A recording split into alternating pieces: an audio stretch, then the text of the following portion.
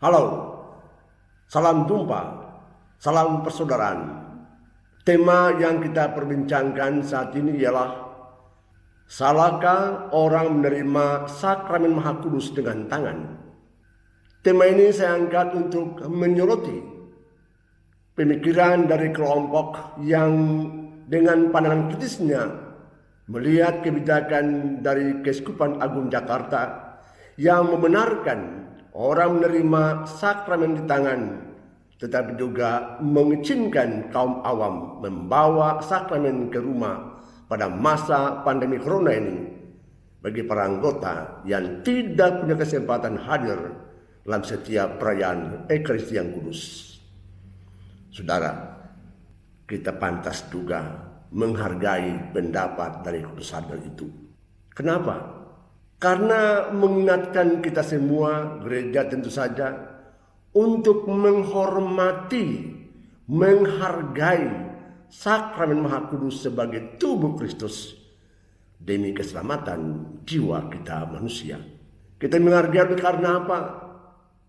Kudus Sadar mengingatkan kita sekalian untuk sopan dalam menerima sakramen itu, apalagi janganlah memandang sakramen sebagai jimat. Benar. Juga ditambahkan bahwa kalau menerima sakramen itu, hendaklah layak menerima sakramen itu. Bagus. Tetapi yang saya soroti ialah kata-kata yang mengatakan bahwa menerima itu hendaklah dalam keadaan layak. Apa artinya layak? Kita mesti kupas kata itu. Saudara, menurut Kudus Sadar, orang layak menerima sakramen bila dengan lidah sambil berlutut. Tetapi dia melakukan dosa sakrilegi, artinya dosa berat. Kalau dia terima dengan tangan, hanya dengan tangan, katanya itulah dosa berat. Saudara, dua hal saya mau soroti. Pertama dengan tangan, yang kedua adalah dosa berat. Kalau kita membolak-balik kitab suci, kita akan menemukan bahwa pada waktu perjamuan akhir Yesus bersama para muridnya, dia katakan begini, ambillah dan makanlah, ambillah dan minumlah. Ambillah roti ini yang adalah tubuhku, ambillah anggur ini yang adalah darahku. Mengambil tentu dengan tangan, bukan dengan lidah. Berarti Tuhan bukan menyuruh kita untuk menerima dengan lidah. Yang Tuhan mau ialah menerima dengan tangan. Ambil dengan tangan, kemudian masuk ke dalam mulutmu, dan makanlah dan minumlah anggur itu. Makanlah roti itu dan minumlah anggur itu yang adalah tubuhku dan darahku.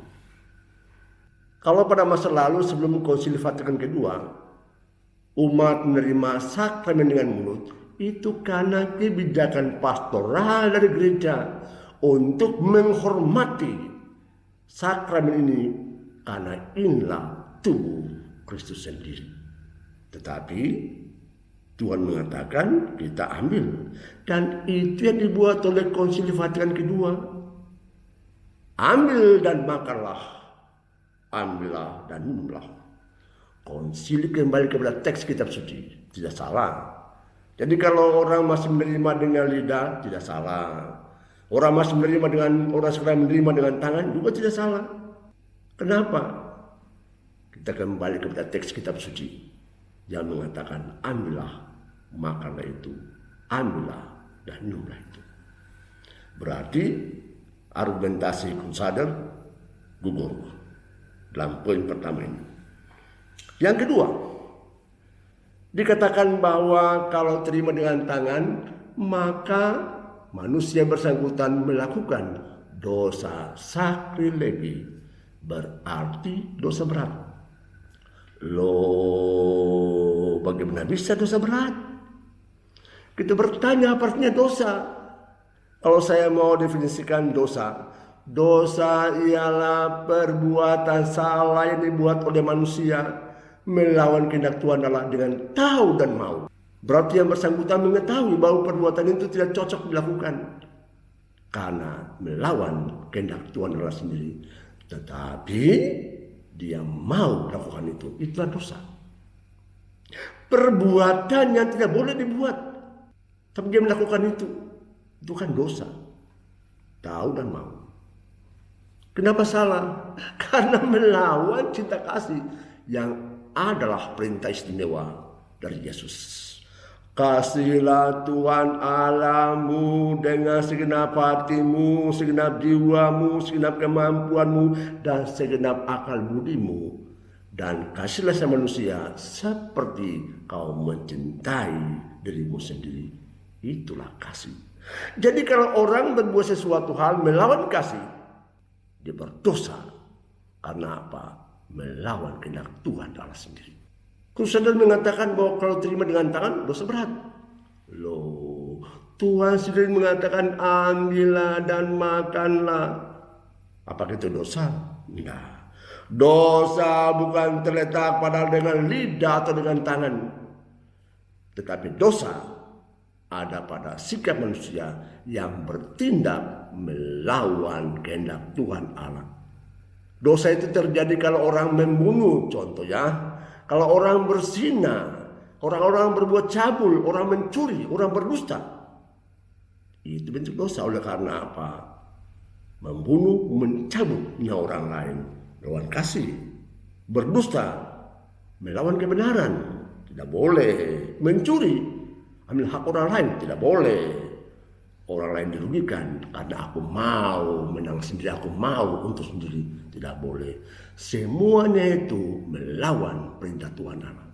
Jadi kalau orang terima dengan lidah, meskipun bagus kelihatannya, namun kalau dia ternyata baru saja membunuh orang, berbuat cabul, berbuat zina, mencuri, dia berdosa kepada Allah dan tidak layak menerima sakramen itu. Bukan karena dengan tangan, tetapi karena dia melawan kehendak Tuhan Allah. Perbuatannya melawan kasih. Dan itu yang membuat dia tak pantas terima tubuh Kristus. Tidak layak menerima sakramen Maha Kudus. Bedakan dong. Jangan campur aduk. Jangan campur aduk. Dosa bukan hanya pada tangan, pada pikiranmu, hatimu yang sudah melakukan perbuatan jahat melawan kehendak Tuhan Allah sendiri. Yang ketiga, sikap kesadaran yang kritis itu terhadap kebijakan dari Keuskupan Agung Jakarta. Saudara, Crusader lupa bahwa situasi ini kan situasi pandemi corona. Dan tentu saja Keuskupan sudah berpikir panjang lebar. Sekarang ini kan tidak semua bisa datang ke gereja. Hanya orang yang masih umur muda, batasannya 50 tahun kalau nggak salah. Tetapi orang yang sudah umur 60 tahun ke atas tidak boleh diizinkan masuk gereja, tidak diperkenankan. Bayangkan saja sudah berapa bulan ini orang cuma tinggal di rumah. Ada benar dikatakan bahwa kita boleh terima Tuhan dengan spiritualitas, satu kerinduan rohani, itu bagus. Tetapi kalau orang sudah rindu terima tubuh Tuhan, apa salahnya? Dan inilah kebijakan dari Keuskupan Agung Jakarta. Saudara sekalian, kalau kita membolak-balikan kitab suci, Yesus juga banyak melakukan tindakan-tindakan pastoral, kebijakan pastoral untuk selamatkan manusia. Contoh saja, hukum Taurat mengatakan bahwa janganlah sembuhkan orang pada hari Sabat. Yesus datang dan dia melihat bahwa ada orang sakit. Dia mau sembuhkan orang itu meskipun pada hari Sabat. Berarti kebijakan pastoral dari Yesus. Manusia penting dibandingkan dengan hukum sendiri. Maka dia mengatakan Sabat untuk manusia dan bukan manusia untuk Sabat. Begitu juga dengan situasi sekarang ini. Benar bahwa kita hendaklah kaum awam janganlah bawa ke rumah, itu benar. Tetapi prinsip itu bisa gugur karena kebijakan pastoral untuk keselamatan jiwa orang-orang lain, anggota keluarga selama ini tidak punya kesempatan datang ke gereja. Asal sungguh-sungguh tempatkan baik-baik, bawa yang baik ke rumah, kemudian sambutlah tubuh Kristus itu pada saat itu juga. Bagus, bagus. Janganlah simpan, bagus. Janganlah pandang sebagai jimat, bagus. Tetapi apa salahnya kalau orang juga menerima itu di rumah dalam keadaan layak. Tidak ada dosa, tapi dia rindu terima Tuhan secara langsung. Teristimewa pada masa situasi pandemi corona ini, situasi yang menyebabkan kebijakan dikeluarkan. Saya percaya dalam keadaan normal tidak mungkin kebijakan itu dikeluarkan oleh Keuskupan Agung Jakarta. Marilah kita bersama-sama pada kesempatan ini, janganlah saling menghakimi, tetapi kita boleh membantu dengan kita punya pandangan-pandangan, tetapi janganlah kita senantiasa mau menghakimi. Karena apa?